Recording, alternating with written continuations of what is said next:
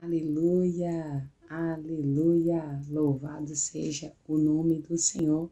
Vamos dar início a mais um tempo de devocional. Nós estamos agora com 244 dias em propósito. Um bom dia para você, boa tarde, boa noite. Olha, devocional, não importa qual o melhor horário para você fazer, o importante é você fazer, não é? Porque tem pessoas que às vezes falam, poxa, mas se eu não orar pela manhã, o meu dia não é igual. Ah, eu prefiro orar à noite. Ah, meu melhor momento é de madrugada quando tá tudo em silêncio. Então, ó, independente do horário que você vai estar assistindo esse vídeo, eu quero muito te dizer uma coisa. Só faça o seu devocional, não importa o horário, sabe, queridos?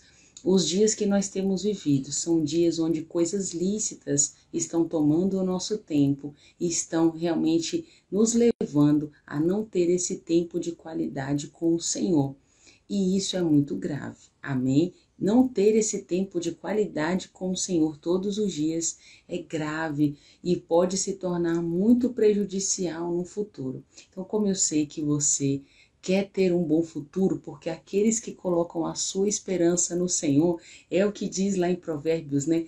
Haverá um bom futuro e a sua esperança não será frustrada. Esse é o seu futuro, esse é o meu futuro. Claro, vamos nos esforçar e ter bom ânimo para rompermos aí, não somente nesse ano de 2021, tá bom? Porque, claro, a nossa meta inicial, o nosso primeiro passo é fazer do ano de 2021 o melhor ano da nossa vida, para que assim a gente possa viver os melhores anos da nossa vida vividos até aqui, de agora em diante. Porque conhecendo a verdade de Deus, queridos, que é a sua palavra revelada, nós somos libertos de mentiras nos mais diversos âmbitos, tá bom? Em todas as áreas da nossa vida. Então, o propósito de leitura aqui da Bíblia total, né, que nós estamos aí desde Gênesis, desde o comecinho do ano de janeiro, é esse. É nós rompermos, né, até Apocalipse, conhecendo um pouco mais acerca de Deus, tá bom? E tudo isso só é possível se nós fizermos o quê? A leitura da Bíblia, tá bom? Então hoje, para dar continuidade aqui no nosso devocional, nós estamos no livro do profeta Ezequiel, estamos quase rompendo o livro do profeta Ezequiel, tá bom? Hoje, de acordo com o cronogramazinho, né, que é o que nós estamos acompanhando de capítulos por dia, nós vamos do capítulo 31 ao capítulo 33. Vai ser bem rapidinho, tá bom? Nosso devocional. Antes de chegar para te contar o resumo do que está acontecendo nesses capítulos, eu quero orar pela sua vida, tá bom? Então você que pode, fecha os seus olhos e vamos orar, tá bom? Vamos orar?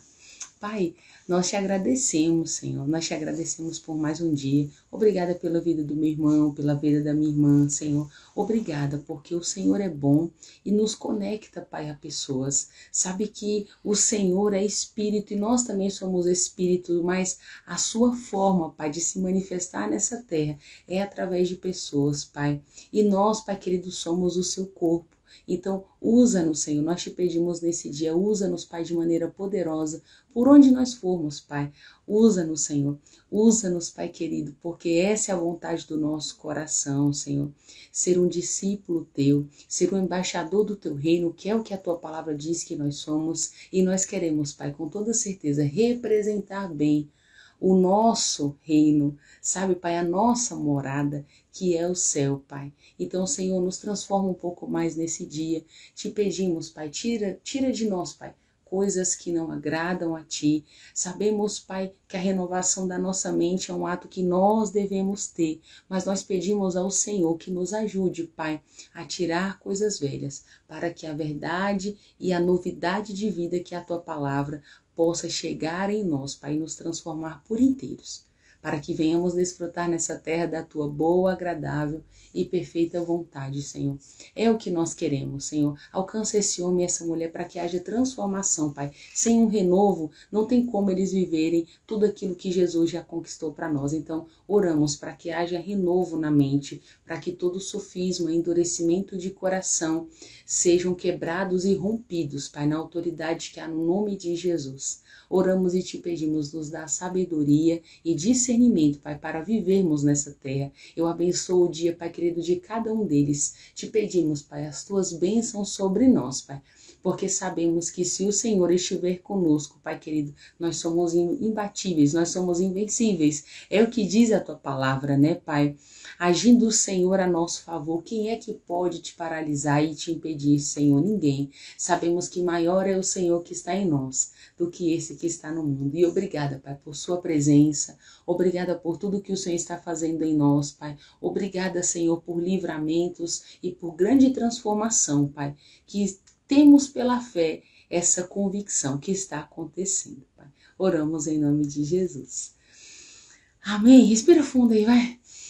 Ah, meu Deus, muito obrigada por esse dia. Muito obrigada. Então vamos lá, vamos para o nosso devocional. Deixa eu te falar uma coisa. Deixa eu resumir mais uma vez, porque às vezes você esquece, né, o que está acontecendo aqui no livro do profeta Ezequiel. Gente, o profeta Ezequiel foi levantado em um tempo muito difícil, muito difícil. O povo, queridos, tinha sido levado cativo pelo rei da Babilônia, né? Lembrando, tá, que esse cativeiro, queridos, foi autorizado por Deus, foi o Senhor quem permitiu, e ir para o cativeiro, ir cativo, né? Para a Babilônia, era algo que inclusive estava nos planos de Deus. Então, quem fez isso, quem obedeceu ao Senhor nesse ato, né, queridos, estaria ali realmente sendo guiado por Deus, porque era só para você entender, era a vontade de Deus para aquele povo, por conta de todo o contexto, queridos, de desobediência, de idolatria, de pecado. Queridos, o negócio estava feio, né?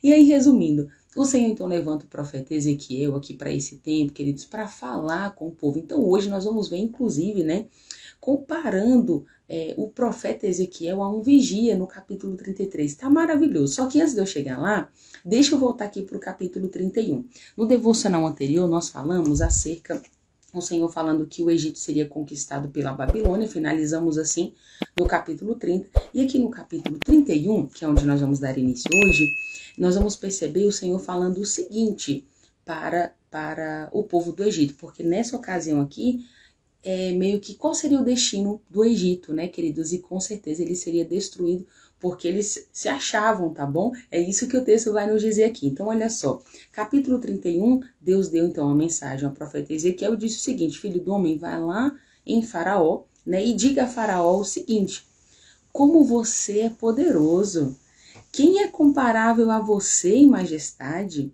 O Senhor, usando o profeta Ezequiel para falar a Faraó, tá bom?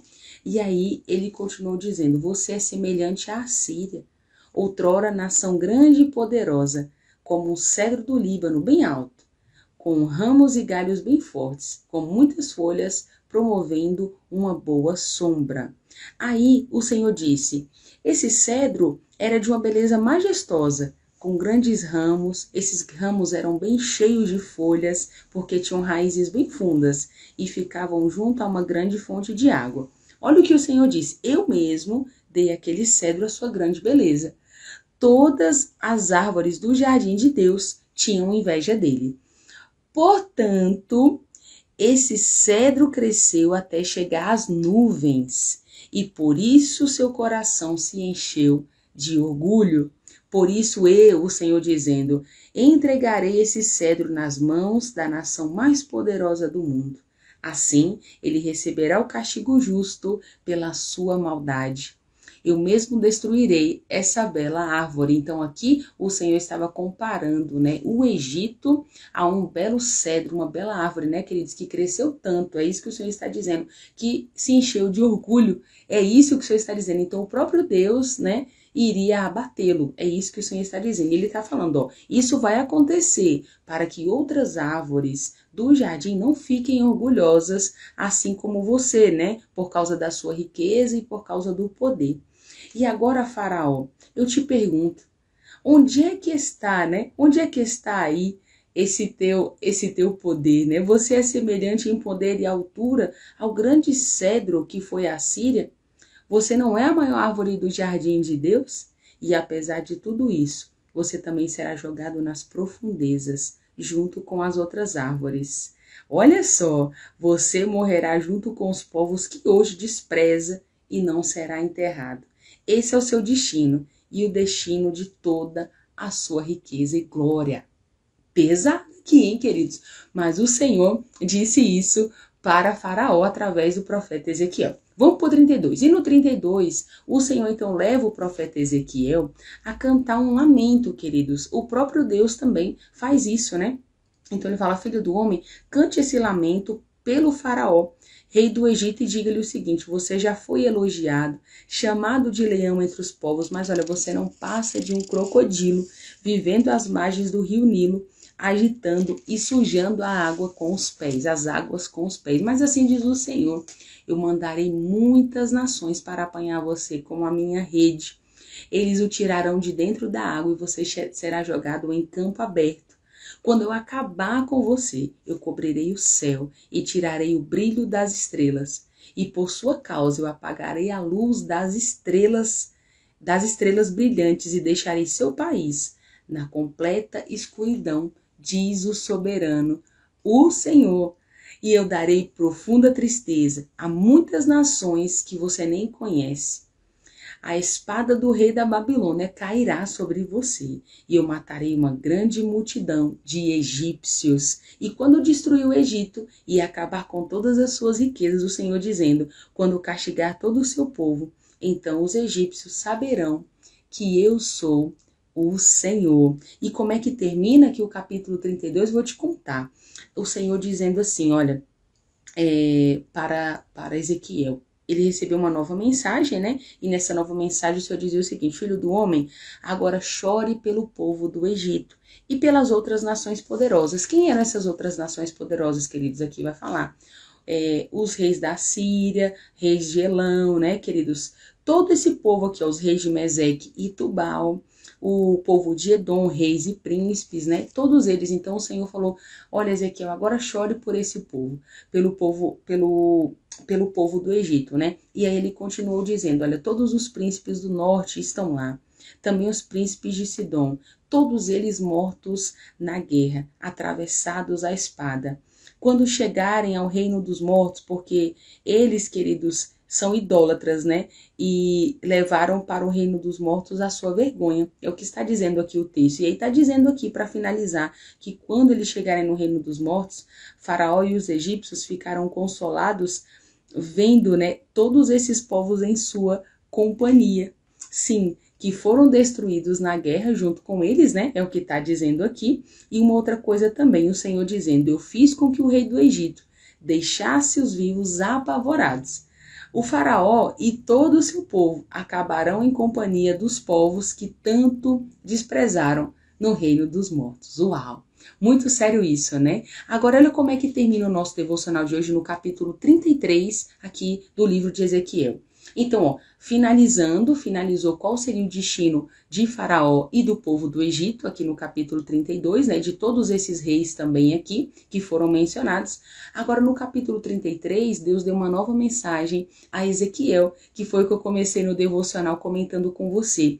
O Senhor traz aqui, queridos, uma comparação, falando acerca de Ezequiel ser como um vigia. Então, Deus começa falando assim com ele: filho do homem, quando eu trouxer a guerra contra um país e os seus moradores escolherem um homem para servir de vigia, para servir de sentinela, né? Algumas versões diz assim: e este que está ali para vigiar, ao ver o avanço do inimigo, se ele der um sinal de alarme avisando o povo, quem ouvir o sinal e não der importância, ele mesmo será responsável pela sua própria morte quando for morto pelo inimigo.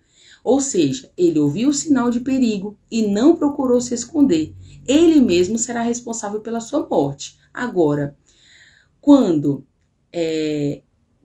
o vigia vê o inimigo se aproximando e não dá o sinal de perigo, ele que vai ser responsável pela morte daquelas pessoas. Então, ou seja, ele está ali para vigiar. Se ele não fala para as pessoas que o inimigo se aproxima, para que as pessoas possam, né, se esconder e ter cuidado com a sua própria vida, e essas pessoas de repente virem a ser atacadas e morrerem, eu cobrarei do vigia. Tá? Por que o Senhor começa então falando assim com o profeta Ezequiel? Porque logo abaixo, a partir do versículo 7, ele fala então para Ezequiel: então assim, meu filho, acontece com você.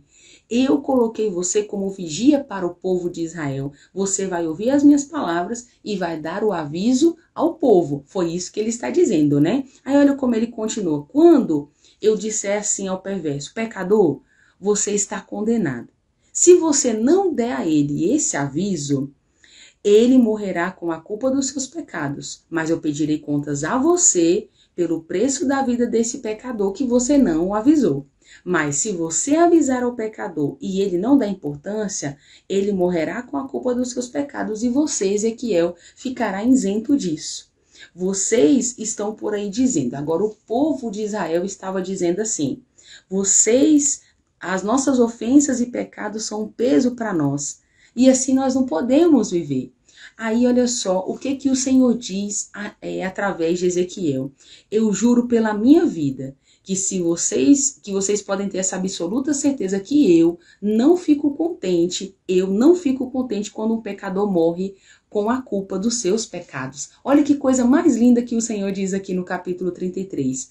A minha maior alegria é ver o pecador se arrepender, deixar seu mau caminho e viver. Por isso, povo de Israel, arrependa-se. E aqui, queridos, é com tanta ênfase que é falado 3 vezes. Você já observou na Bíblia que quando Deus quer enfatizar algo, ele realmente repete. Então, aqui no capítulo 33, ele está dizendo 3 vezes, arrependa-se, arrependa-se. Então, queridos, olha que responsabilidade que Ezequiel tinha como um profeta. Ele era um profeta e o Senhor está dizendo, você tem a obrigação, se eu mandar você falar, de você falar. Se a pessoa não fizer, o Ezequiel, o que eu estou dizendo, a responsabilidade não será sua. Agora, se eu mando você falar e você não fala, eu cobrarei de você a vida dessa pessoa. Uau, é muito sério isso, né, Noela? É sério demais, muito sério. Então, para você que está comigo pelo Instagram, pelo Facebook, pelo YouTube, escute bem o que o Senhor está dizendo. Inclusive, nós sabemos que o profeta, queridos, é um dos ofícios, né, que o Senhor deixou nessa terra. Tá vendo a responsabilidade que um profeta, um homem, uma mulher de Deus tem? Tem que falar, né, queridos, o que o Senhor está dizendo. E nesse tempo aqui com Ezequiel não foi diferente. E sabe como é que termina então aqui o capítulo 33? Termina então o Senhor falando que o povo ali estava fazendo rodinhas falando de Ezequiel, né? Estava ali junto aos muros e às portas das suas casas falando de Ezequiel. Mas aqui continua dizendo o seguinte, olha, o Senhor dizendo para Ezequiel, Ezequiel, eles se assentam e ouvem o que você diz, mas não colocam em prática uma só palavra. Eles falam muito em amar o Senhor, mas o seu coração só pensa em ganhar mais e mais riquezas. Isso se aplica para o nosso tempo agora, hein? Muito, se aplica muito para o nosso tempo, meu Deus. E aí ele termina dizendo o seguinte, eles ouvem o que você fala, mas não põem em prática essa palavra. Agora, quando as suas profecias se cumprirem em Israel, e isso não vai demorar muito, eles saberão que havia um verdadeiro profeta entre eles.